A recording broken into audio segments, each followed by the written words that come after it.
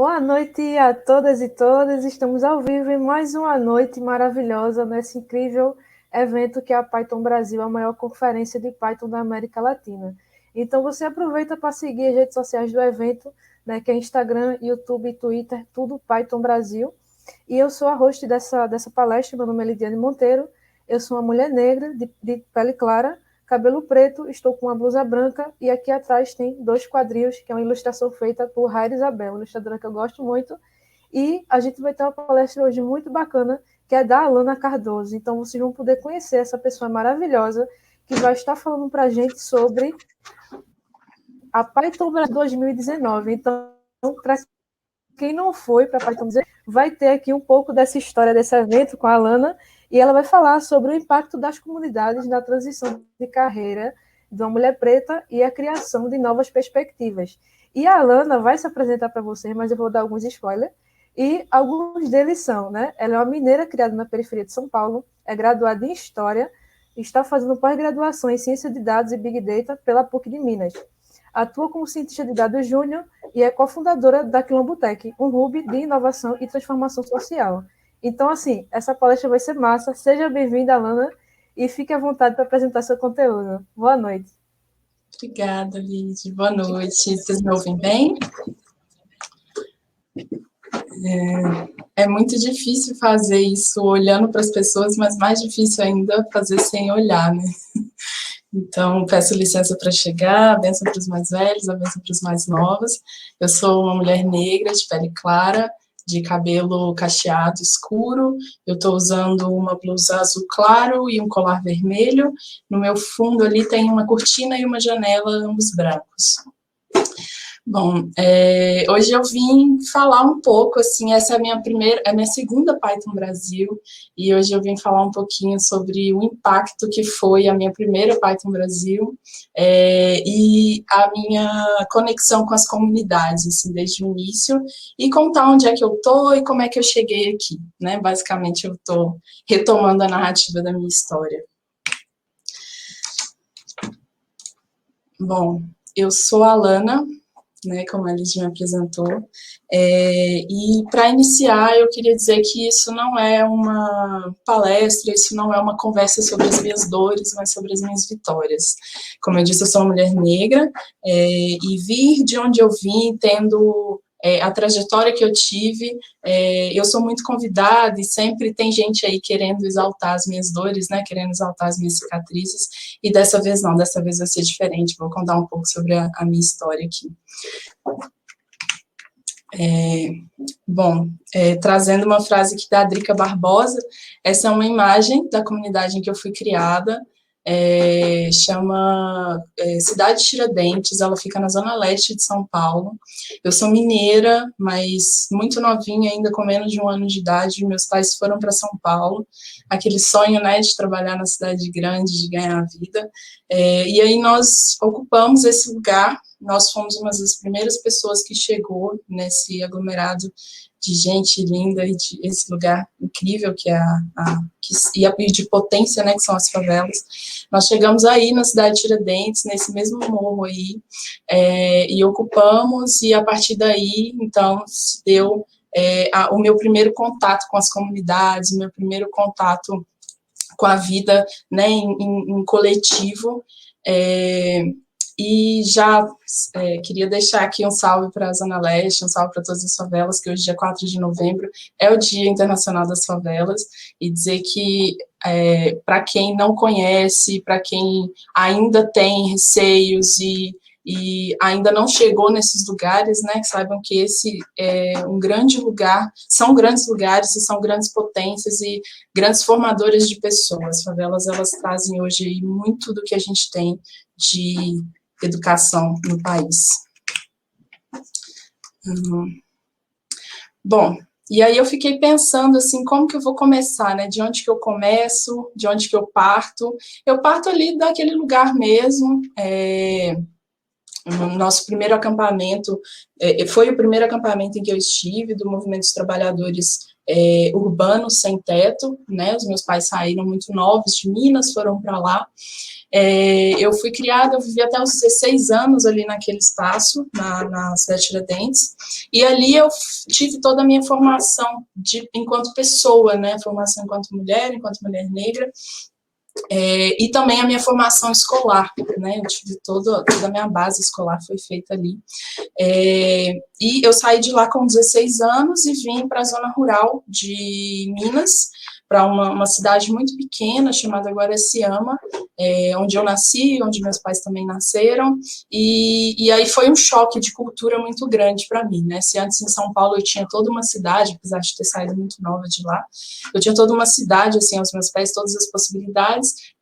Com 16 anos eu me vi morando numa cidade de 4.000 habitantes, estudando, né, numa escola pequena, enfim, sem muitos amigos. E a partir disso foi que eu fiz a minha trajetória de vida, né, a minha trajetória profissional. Eu estudei tudo que eu podia estudar naquela época, eu fiz tudo que eu podia fazer, sendo muito incentivada pelos meus pais naquela época. Então, eu fiz curso de cabeleireira, eu fiz curso técnico de segurança do trabalho, eu fiz muitos cursos. Eu fiz curso de designer gráfico e foi o que pagou as minhas contas aí ao longo da vida. Tenho quase 10 anos de experiência enquanto designer gráfico. Vocês vão descobrir várias profissões aí que eu fui adquirindo ao longo da vida. Já fui cuidadora, já fui vendedora de shopping, já fui garçonete.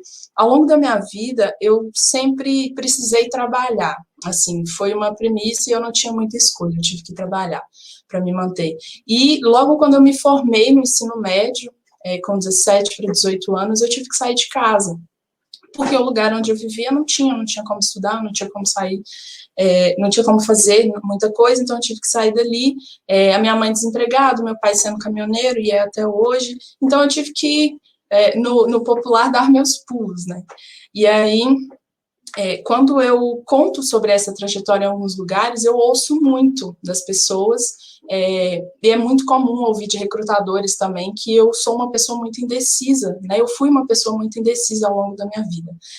Uma curiosidade aqui, logo quando eu saí de casa, eu saí porque eu tinha passado no vestibular de física, eu tinha um sonho de fazer física e me especializar em física médica.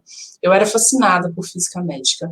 E aí eu também me deparei com a realidade, né, de novo ali, de virar dona de casa aos 17 anos, de ter que sustentar uma casa aos 17 anos. E aí tive que abandonar, claro, a faculdade, porque a prioridade era não passar fome, né? Então, abandonei ali a faculdade de física, tive um sonho frustrado ali logo no início da vida adulta, faz parte também.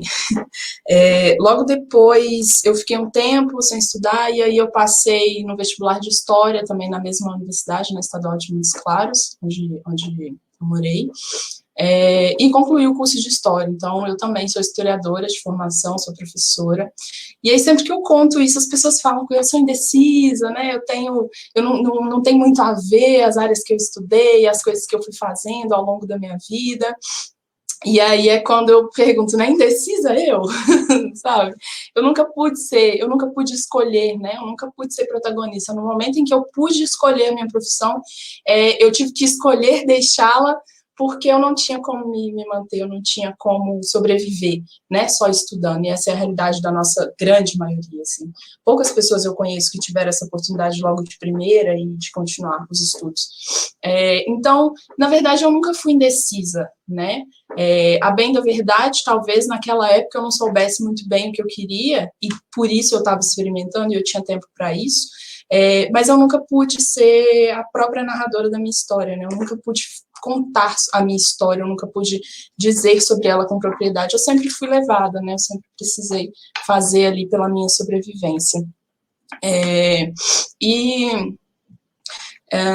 Isso não invalida, né? Isso não invalida assim, a pessoa que eu sou, isso não invalida todo o conhecimento que eu tenho, muito pelo contrário, né? Isso agrega muito.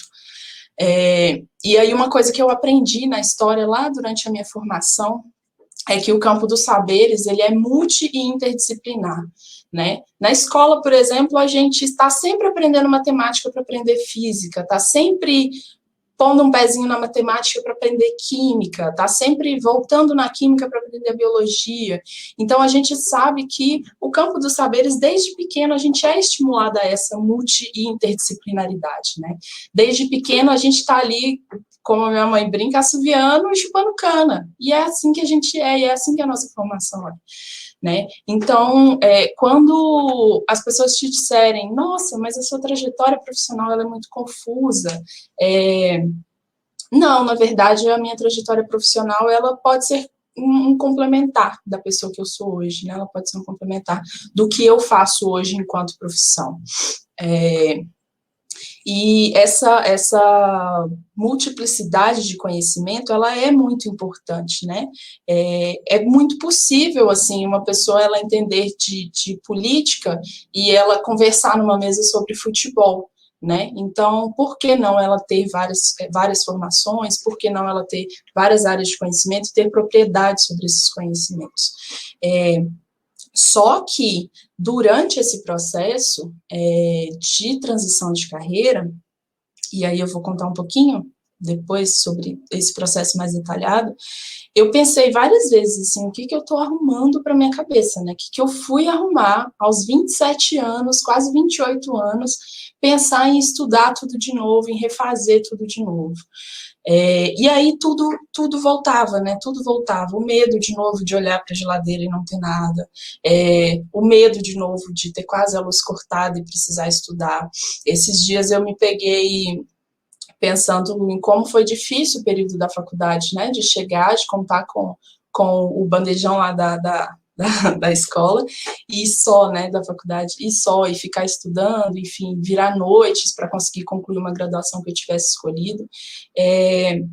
A síndrome da impostura, ela vem, né, ela chega, ela tá perto ali da gente o tempo todo, mas se apoiar também na certeza de que aquilo que você está fazendo é para você, e de que aquilo e trazendo para mim, né, de que aquilo que eu estava fazendo era algo que eu tinha escolhido e que tudo bem se eu não desse conta, né, eu poderia parar a qualquer momento. Isso me fazia seguir, sabe? Isso me dava força para eu continuar fazendo as 1000 coisas que eu sempre fiz na vida. Sobre transição de carreira, uma coisa muito interessante é que não nos contam que o começo ele é muito difícil. O começo ele dói, ele gera dúvidas, é muito difícil assim você reiniciar, né? Você restartar.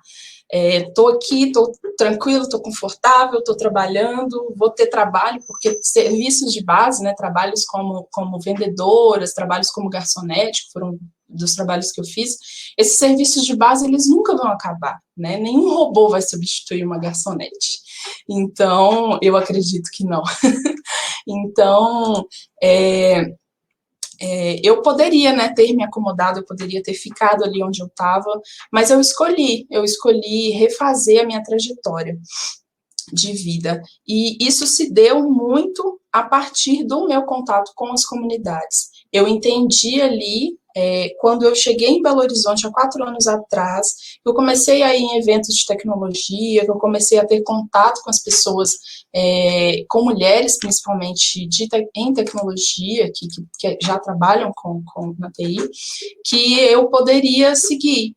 Mas ninguém me contou que isso era tão difícil quanto eu nem imaginava, né? Dói, vai gerar muitas dúvidas, a gente se questiona muito durante o processo, a gente acha que não vai dar conta, a gente acha que aquilo não é pra gente, a gente ouve também pessoas dizendo que aquilo não é pra gente. Eu já ouvi dizer, por exemplo, que nem todas as pessoas podem programar, nem todas as pessoas podem trabalhar com exatas, né? E isso é uma grande mentira, porque estou eu aqui com uma formação em humanas, migrando de carreira para as exatas, né?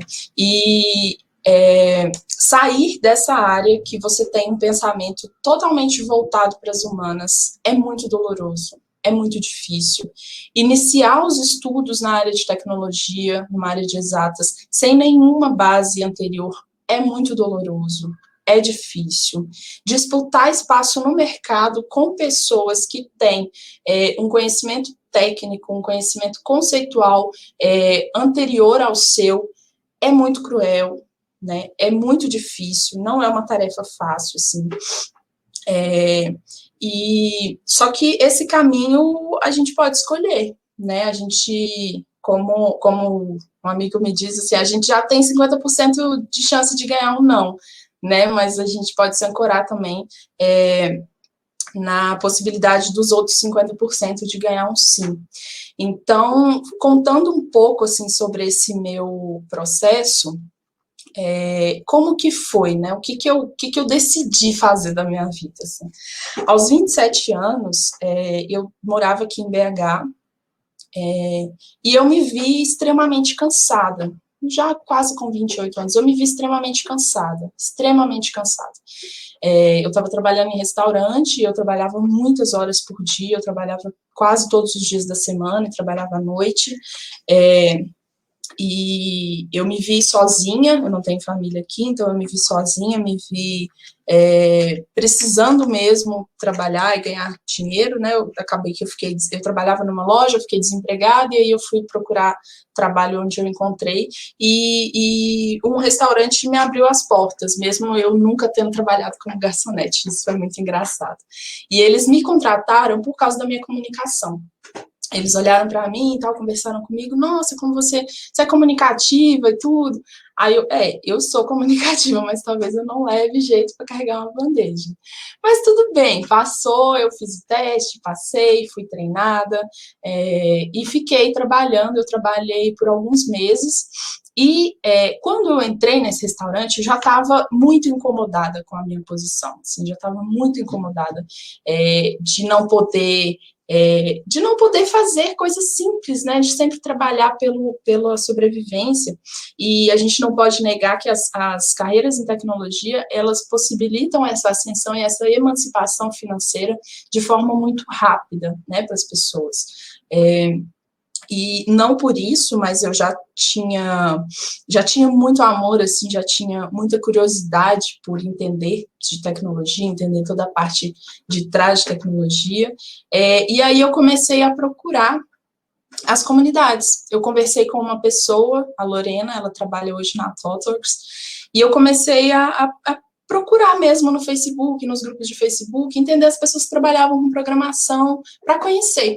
E aí algumas pessoas me falaram, nossa, aqui tem muita comunidade, Belo Horizonte está fervendo no campo da tecnologia, tem várias pessoas que podem te auxiliar nesse caminho, e eu comecei a bater nas portas, comecei a mandar mensagem para todo mundo que eu achava, na época eu só tinha Facebook, usava mal o Instagram, comecei a mandar mensagem para as pessoas, me apresentar, dizendo o que eu era, de onde que eu estava vindo, o que eu queria fazer, e aí dizendo que eu queria muito conhecer, eu falava ainda, quero conhecer a área de tecnologia, a pessoa, mas que área? Eu não sei, eu quero conhecer a área de tecnologia. E aí, uma das pessoas me acolheu nesse momento, que foi a Karine, ela é líder das Paileiros BH.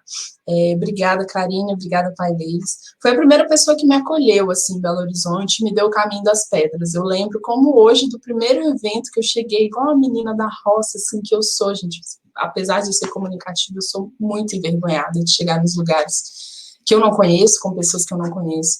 E aí eu cheguei, assim, toda encolhidinha, o evento já estava para começar, e me perguntaram se eu tinha feito inscrição, eu falei, não, só me mandaram vir, e toda acuada, e a Karine chegou e me reconheceu, e já me deu um abraço, falou, é aqui mesmo, senta ali, me botou na frente, me deu o microfone para eu contar da minha história, eu tremendo de medo, tremendo de vergonha, e foi assim, meu primeiro contato com as tecnologias aqui, eu fui extremamente abraçada, foi um evento das Paileiros, no final todo mundo veio falar comigo, veio me dar força, foi incrível, tinha muita mulher incrível, e aí a partir disso eu comecei a bater nas portas das outras comunidades, nesse processo eu conheci as R-Ladies, eu conheci a AfroPython através do Facebook e depois através do Instagram.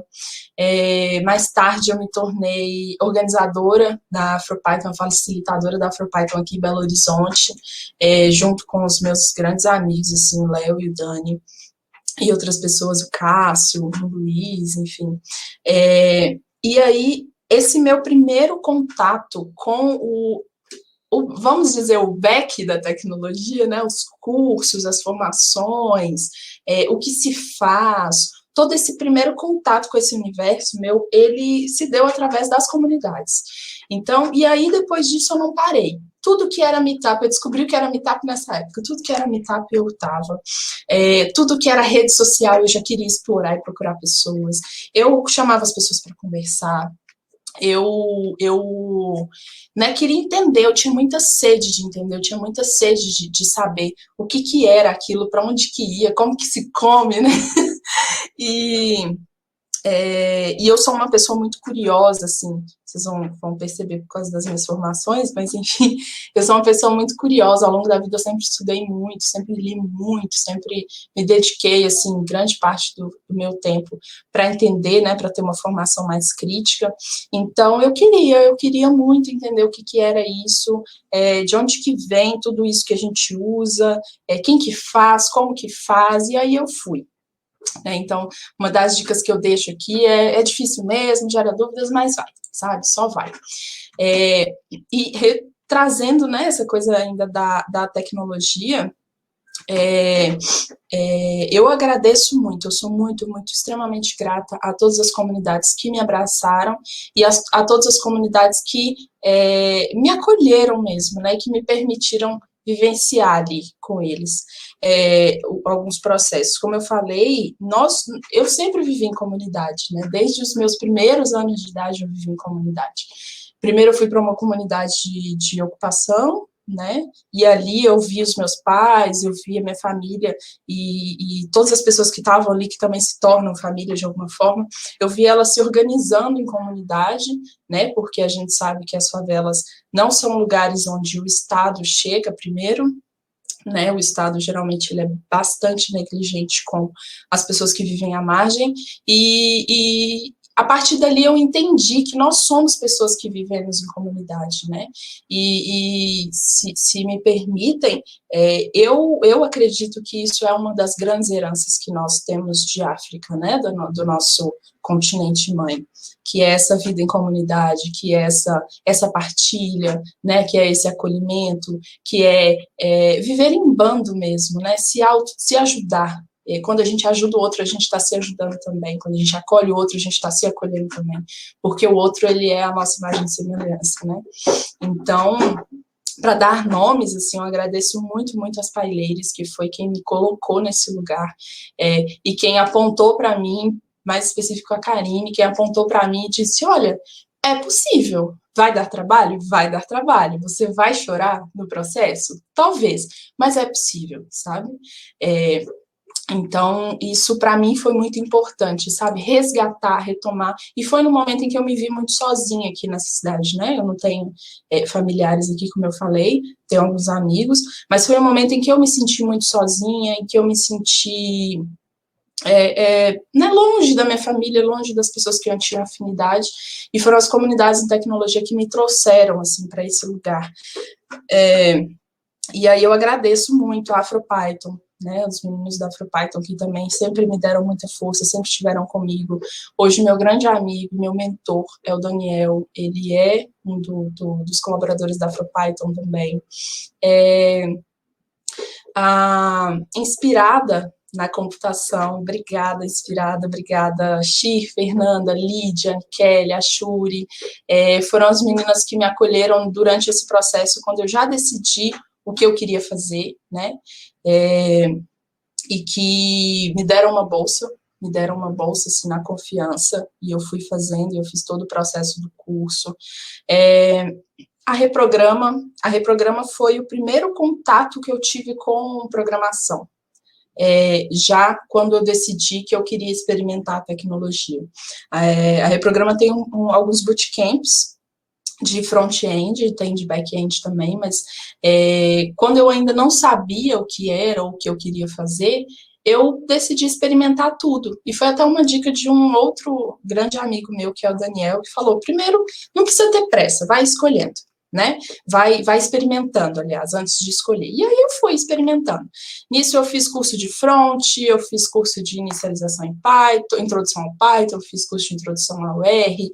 Gente, eu fiz curso de introdução ao Java, ao C. Eu fiz curso de introdução, assim, tutoriais. Eu devo ter já horas para fazer um curso superior.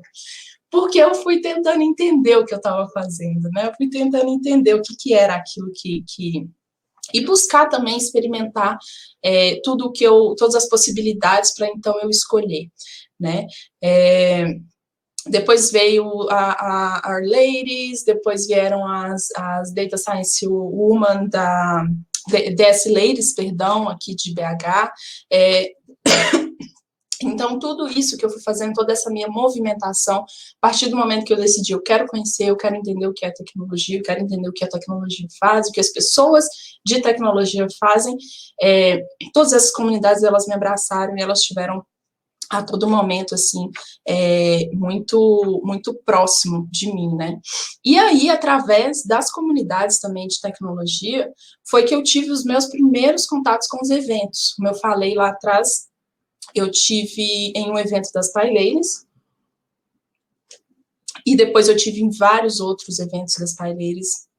Fui convidada a palestrar para contar da minha trajetória em alguns outros eventos. Mas uma coisa que me marcou muito e que me marcou extremamente e que eu acho não, tenho certeza e eu conto isso para todo mundo que foi um divisor de águas para mim, foi a minha ida à Python Brasil no ano passado. E, real, gente, a primeira Python Brasil, a gente nunca esquece. Eu lembro exatamente do momento em que eu subi a escada do evento, subi a escada do auditório, e que eu dei de cara com aquele tanto de stand, assim. Já tinha ido na TDC aqui, né, um pouco antes, mas as pessoas eram muito sérias, assim, eram pessoas de terno, não tive tanto contato, eu também estava chegando, fiquei meio receosa, não entendia muito o que eu estava fazendo, para onde que eu ia, enfim. Mas quando eu cheguei na Python Brasil, foi o lugar em que eu me senti em casa. Foi o lugar em que, pela primeira vez nessa trajetória, durante esse tempo, assim, eu senti que eu estava fazendo a coisa certa.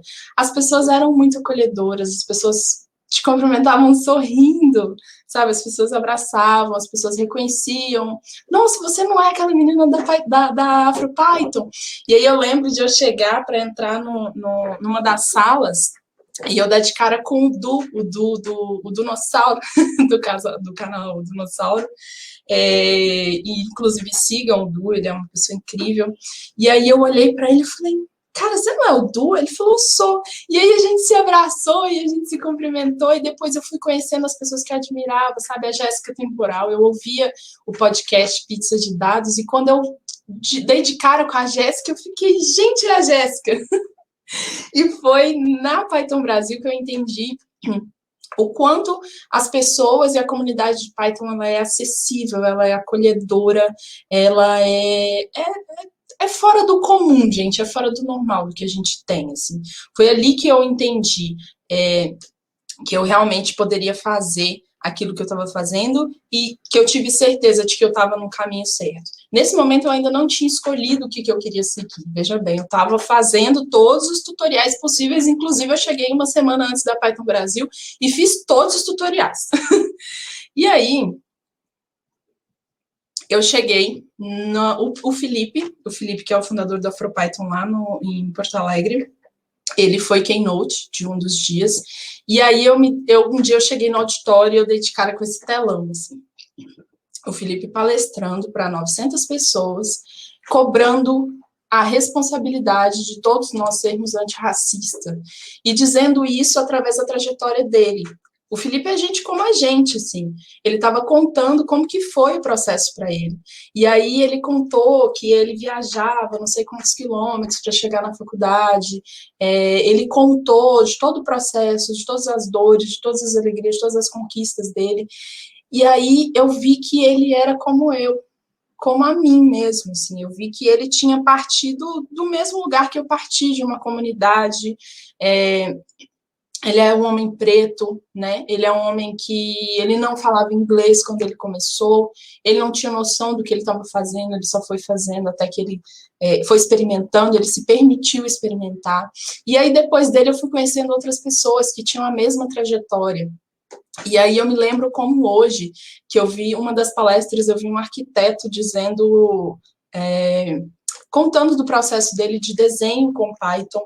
Depois eu vi uma professora contando do processo de aprendizagem nas escolas públicas com Python. E aí eu fui me enchendo de alegria, eu fui ficando feliz com aquilo. Gente, vocês não, eu acho que poucas vezes na vida eu tive esse momento de euforia. Eu tive essa alegria de saber, de pensar e de ter certeza, caramba, é isso, eu quero fazer isso. E aí, lá na Python Brasil, eu tive um insight, eu falei, eu gosto da ciência de dados. Depois de tudo, depois de quase 2 semanas de evento, entendendo o que era, né, entendendo o que faz, como come, eu entendi que eu falei, caramba, eu posso ser cientista de dados, eu posso reunir todo o conhecimento que eu tenho, eu posso trazer toda a minha bagagem cultural e ser cientista de dados. Né? Eu posso trazer toda a minha visão crítica de mundo e me tornar uma cientista de dados. Então, muito obrigada, Python Brasil, muito obrigada, PSF, muito obrigada a todo mundo que esteve nesse lugar. Eu acho que a energia de todo mundo que estava ali contribuiu para que essa luzinha acendesse na minha cabeça. Foi nesse momento, há exatamente 1 ano atrás, que eu decidi que eu queria me tornar uma cientista de dados. Como eu ia fazer isso? O resto a gente providencia, né? Então, obrigada, Felipe, por essa palestra que abriu muito, muito a minha cabeça e me mostrou, de fato, um caminho. E, gente, real, que a primeira Python Brasil a gente não esquece mesmo. Anne, obrigada por essa palestra. Aqui é a Anne, né, para os íntimos Shuri, contando um pouco também da trajetória do trabalho dela em Recife, e contando e cobrando também, chamando as pessoas à responsabilidade de que não adianta nós sermos uma comunidade inclusiva, não adianta nós sermos uma comunidade aberta se nós não olhamos para o todo, né? E olhar para o todo é olhar para o todo mesmo. Eu me posiciono como abolicionista penal, e depois, se alguém quiser trocar uma ideia sobre isso, eu estou super aberta.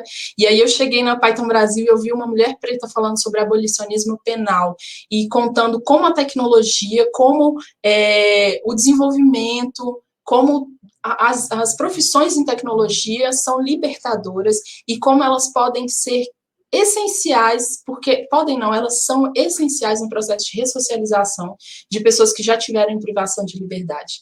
E aí eu me enchi de alegria de novo, eu falei, eu estou no lugar certo, eu estou com as pessoas certas, e hoje a Anne é uma grande amiga, e eu agradeço muito publicamente a ela por ser essa pessoa que me mostrou esse caminho, que me deu essa luz. Obrigada, Anne.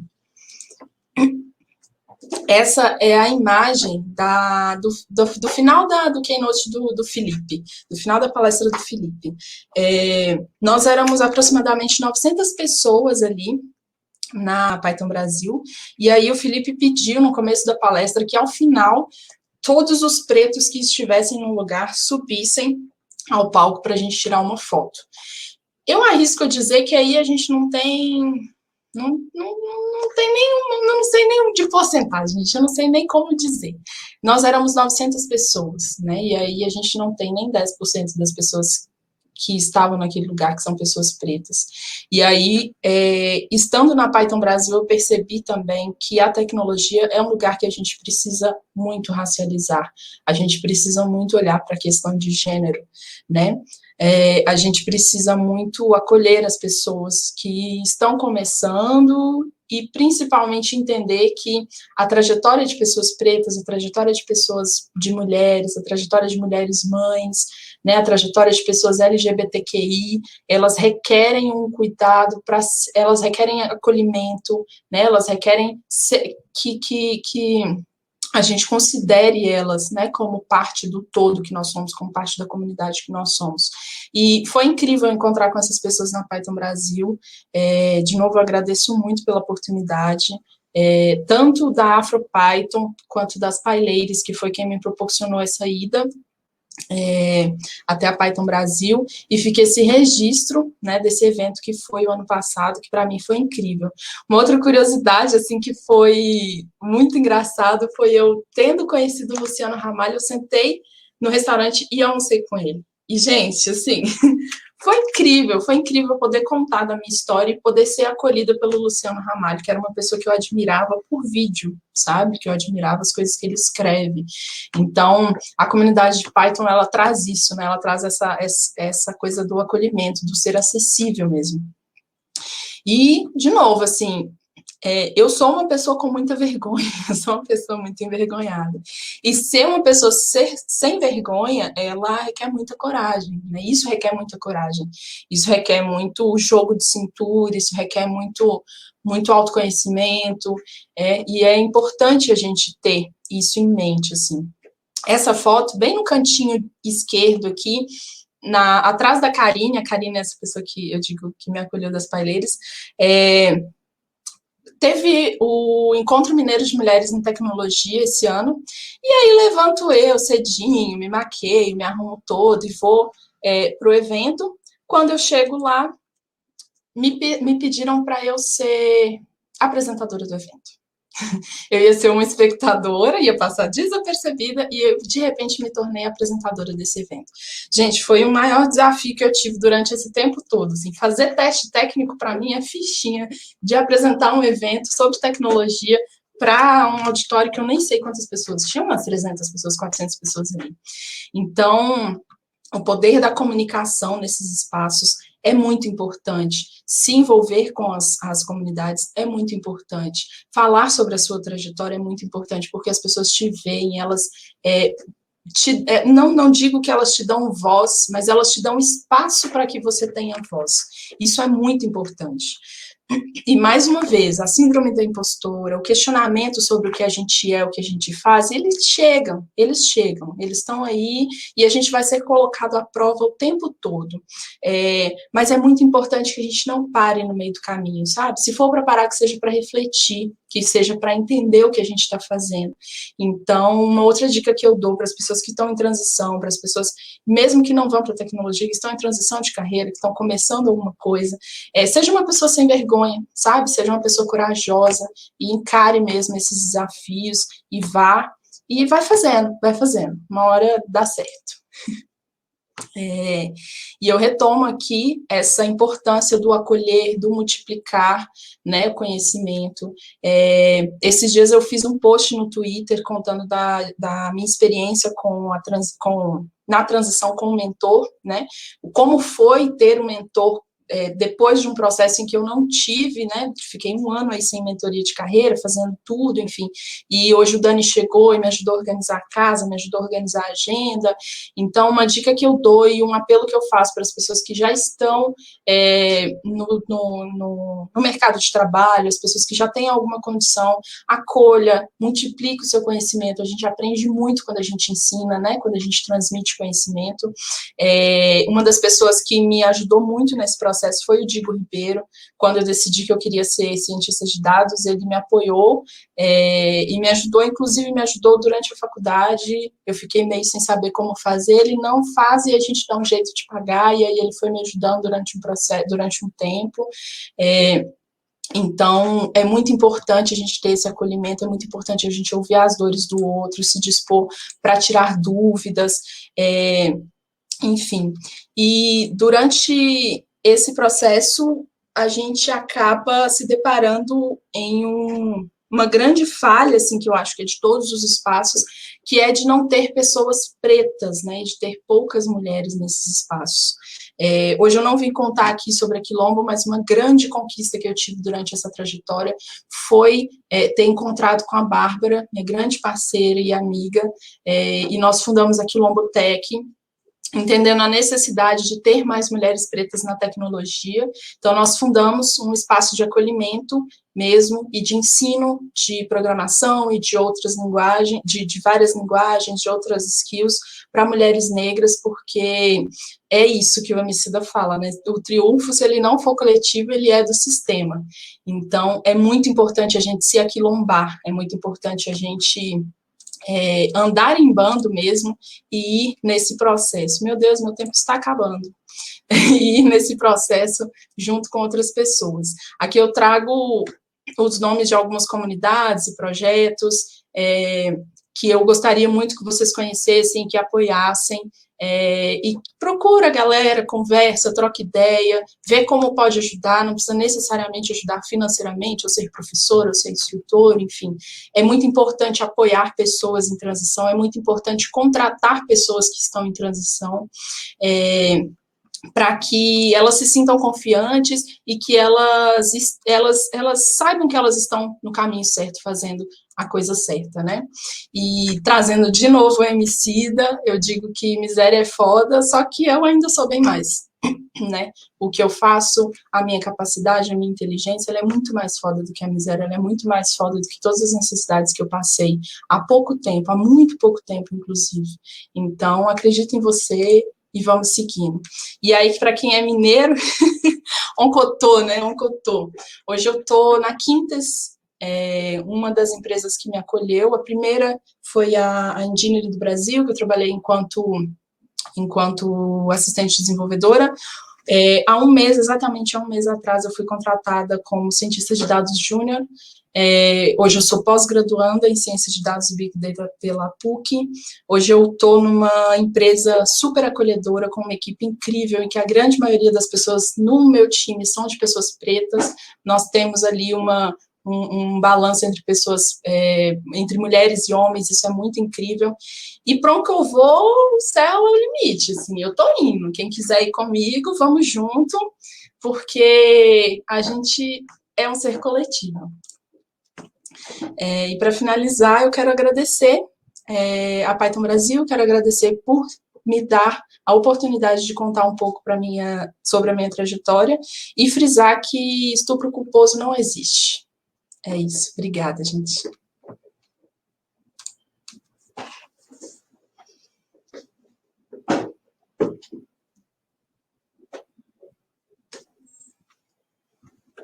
Lídia, eu não te ouço, eu acho que você está mutada. Parabéns, Alana, pela palestra. Obrigada. Está ouvindo agora? Agora tá. Agora foi, né? Uhum. Agora sim, estamos todos se ouvindo. Parabéns pela palestra, muito, muito massa tudo que você contou da sua trajetória. É uma inspiração para muitas pessoas que estão passando por isso, ou que pensam também, né, em fazer essa transição e fazer mudanças. E teve muitas perguntas, não vai dar tempo da gente fazê-las, mas registrar um comentário bem importante, que foi do Guilherme. Ele disse o seguinte, ó, se você mudou tanto, você é uma pessoa decidida, né? Não são decisões fáceis e você encarou elas e está trilhando esse caminho e também está contribuindo, né, para que outras pessoas também tenham essa coragem e que se inspirem na sua história. Fico bem contente, né, de saber que a Python Brasil, as comunidades, né, foram importantes e também porque é um desafio, né, da Python Brasil em si, das comunidades ser acolhedora. Então, saber que você, né, assim, gostou tanto do evento, da conferência pós e depois, é uma coisa massa. Então, vai estar acontecendo agora o keynote, né, da Thaís. Então, assim, esse bate-papo aqui com a Alana vai continuar no Discord, vocês vão poder, ela vai estar lá respondendo as perguntas, vocês podem mandar mais perguntas. Então, assim, é excelente, né, um prazer, né, estar contigo aqui, um orgulho muito grande e sucesso, né, como cientista de dados, como historiadora, como pessoa, como qualquer coisa aí, que você já é um sucesso e que venham mais ainda, né? Você é foda, né, e nada mais importa. Isso, obrigada, Lídia. Eu queria pedir, se puder, a organização jogar as perguntas lá para mim no Discord ou no chat, que eu vou respondendo ou no Twitter ou nas redes, e para as pessoas me chamarem para a gente trocar ideia. Ainda não sei muita coisa, mas o que eu sei eu posso compartilhar. Obrigada, gente. Maravilha, sabe muito e vai estar lá no Discord, né? Tem lá a trilha PET20, onde ela vai estar respondendo. Vocês podem também chamar para um bate-papo, ela acabou de dizer que está aberta para isso, as redes sociais também. Então, a gente vai todo mundo agora para o Keynote, que vai estar começando daqui a 5 minutinhos. Então, a gente espera vocês por lá, beleza? Então é isso, parabéns, Alana, boa noite, galera, e vamos lá curtir a Thaís agora. Tchau, gente.